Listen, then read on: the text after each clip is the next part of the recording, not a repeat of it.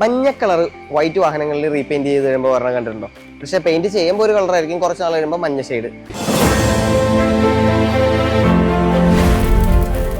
അതുപോലെ തന്നെ ബ്ലാക്ക് അല്ലെങ്കിൽ ഡാർക്ക് കളർ വാഹനങ്ങളുടെ ബോണറ്റ്, റൂഫ്, ചില സ്ഥലങ്ങളിൽ വെയിൽ ശക്തമായിട്ട് അടിക്കുന്ന സ്ഥലത്ത് ചിലപ്പോൾ ക്ലിയർ പൊളിഞ്ഞിട്ട് ഒരു വൈറ്റ് ഷെയ്ഡ് കയറി വന്നേക്കണം കണ്ടിട്ടുണ്ടാവും. അപ്പോൾ എന്തുകൊണ്ടാണ് ഇങ്ങനെ സംഭവിക്കുന്നത്? അപ്പോൾ ഈ ക്ലിയർ എടുക്കുന്നതിൽ അല്ലെങ്കിൽ പെയിന്റ് എടുക്കുന്നതിൽ എന്തെങ്കിലും വ്യത്യാസമുണ്ടോ?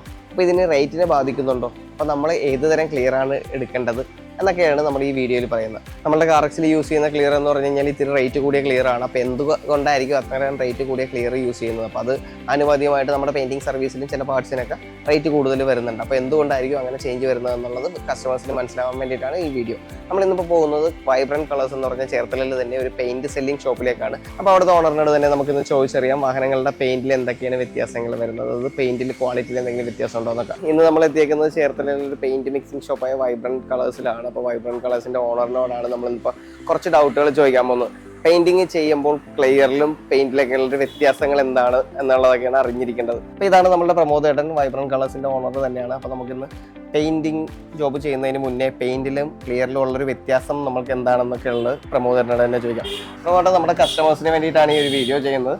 അപ്പോൾ പെയിന്റ് തന്നെ പല തരത്തിലുണ്ട്. അപ്പോൾ വില കുറഞ്ഞതും കൂടിയതും തമ്മിലുള്ളൊരു വ്യത്യാസം ഏതൊക്കെയായിരിക്കും ബെറ്റർ പെയിന്റ് അല്ലെങ്കിൽ ക്ലിയർലി? പെയിന്റിലും ക്ലിയർലി വ്യത്യാസം ഉണ്ടാകുന്നൊക്കെയാണ് നമുക്ക് അറിയേണ്ടത്. പെയിന്റിലും വ്യത്യാസമുണ്ട്, ക്ലിയറിലും വ്യത്യാസം. നമ്മൾ കൂടിയ ക്ലിയറും കുറഞ്ഞ ക്ലിയറും ഉപയോഗിക്കുമ്പോഴത്തേക്ക് ക്ലിയറിന്റെ ക്ലാരിറ്റിയിലും അതിന്റെ ക്വാളിറ്റിയിലും ഡ്യൂറബിലിറ്റിയിലും എല്ലാം വ്യത്യാസം ഉണ്ടാകും.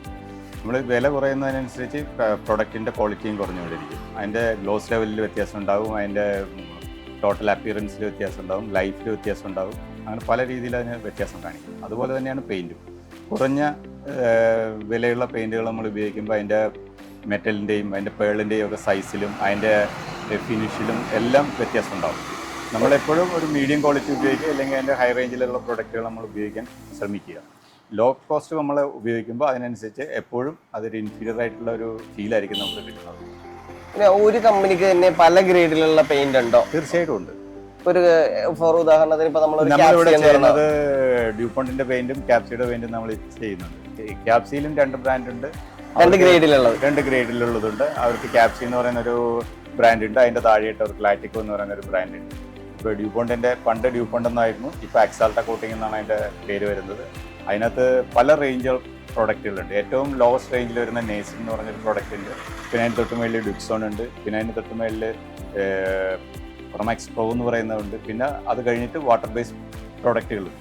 ഇപ്പൊ നമുക്കൊരു ലിറ്ററിന് തന്നെ ഒരു സാമ്പിൾ എടുത്ത് നോക്കുകയാണെങ്കിൽ ഇപ്പൊ കുറഞ്ഞതിന് ലിറ്ററിന് എത്ര വരുന്നുണ്ട്, കൂടിയതിന് ടോപ്പ് എൻഡ് തമ്മിൽ ലിറ്ററിലുള്ള റേറ്റിലുള്ള വ്യത്യാസം എങ്ങനെ വരുന്നുണ്ട്? ഒരു മീഡിയം റേഞ്ച് നമ്മൾ പറയുകയാണെന്നുണ്ടെങ്കിൽ ഒരു 2400, 2600, 2800 വരും. അതിലും കുറഞ്ഞത് തീരെ താഴോട്ട് പോകുകയാണെന്നുണ്ടെങ്കിൽ ഇപ്പോൾ വരുന്നത് ഒരു 1600, 1800 റേഞ്ചിൽ വരുന്ന പെയിന്റുകളുണ്ട്. അത് റെഡിമിക്സ് പെയിന്റുകളായിട്ട് വരുന്നതാണ്. പിന്നെ നമുക്ക് പ്രീമിയം ക്വാളിറ്റിയിലേക്ക് പോകുമ്പോൾ ഒരു 4000 അതിന് മേളിലേക്ക് അതിന്റെ കളറിന്റെ റേറ്റുകൾ പോകും. കളറിന്റെ അപ്പൊ അതാണ് ഒരു പ്രീമിയം പെയിന്റിലുള്ള വ്യത്യാസം. നമ്മൾ കഴിഞ്ഞ ദിവസം വീഡിയോയിൽ ചെയ്തിട്ടുണ്ടായിരുന്നു. അപ്പോൾ ഒരു ഫിനിഷിങ് കിട്ടാനും അല്ലെങ്കിൽ ഒരു ഗ്ലോസ് ലെവൽ ഇത്ര നമുക്ക് മെയിൻറ്റെയിൻ ചെയ്യാൻ സാധിച്ചേക്കണമെന്ന് പറഞ്ഞു കഴിഞ്ഞാൽ ആ ഉപയോഗിക്കുന്ന ക്ലിയറിൽ തന്നെയാണ്. അപ്പൊ ഇപ്പോൾ വ്യത്യാസം മനസ്സിലായില്ല. അപ്പം നമ്മൾ എന്തുകൊണ്ടാണ് പ്രീമിയം ക്ലിയർ എടുക്കുന്നത് എന്നുള്ളത് എല്ലാവർക്കും ഉള്ളൊരു ഡൗട്ടായിരുന്നു. അപ്പോൾ പ്രീമിയം ക്ലിയർ എടുത്തു കഴിഞ്ഞാൽ നമ്മുടെ വർക്കിൽ അത്രയും പെർഫെക്ഷൻ ഉണ്ടാവും, മിറർ ഫിനിഷിങ് കിട്ടും, അതേപോലെ തന്നെ ലൈഫ് ലോങ് ആയിട്ട് നിൽക്കുകയും ചെയ്തോളും. അത്രയും സ്മൂത്ത് ആയിട്ടായിരിക്കും സർഫസ് കിടക്കുന്നത്. പിന്നെ ഈ പറഞ്ഞ മെറ്റൽസിന്റെ വ്യത്യാസം കൂടി പറഞ്ഞായിരുന്നു.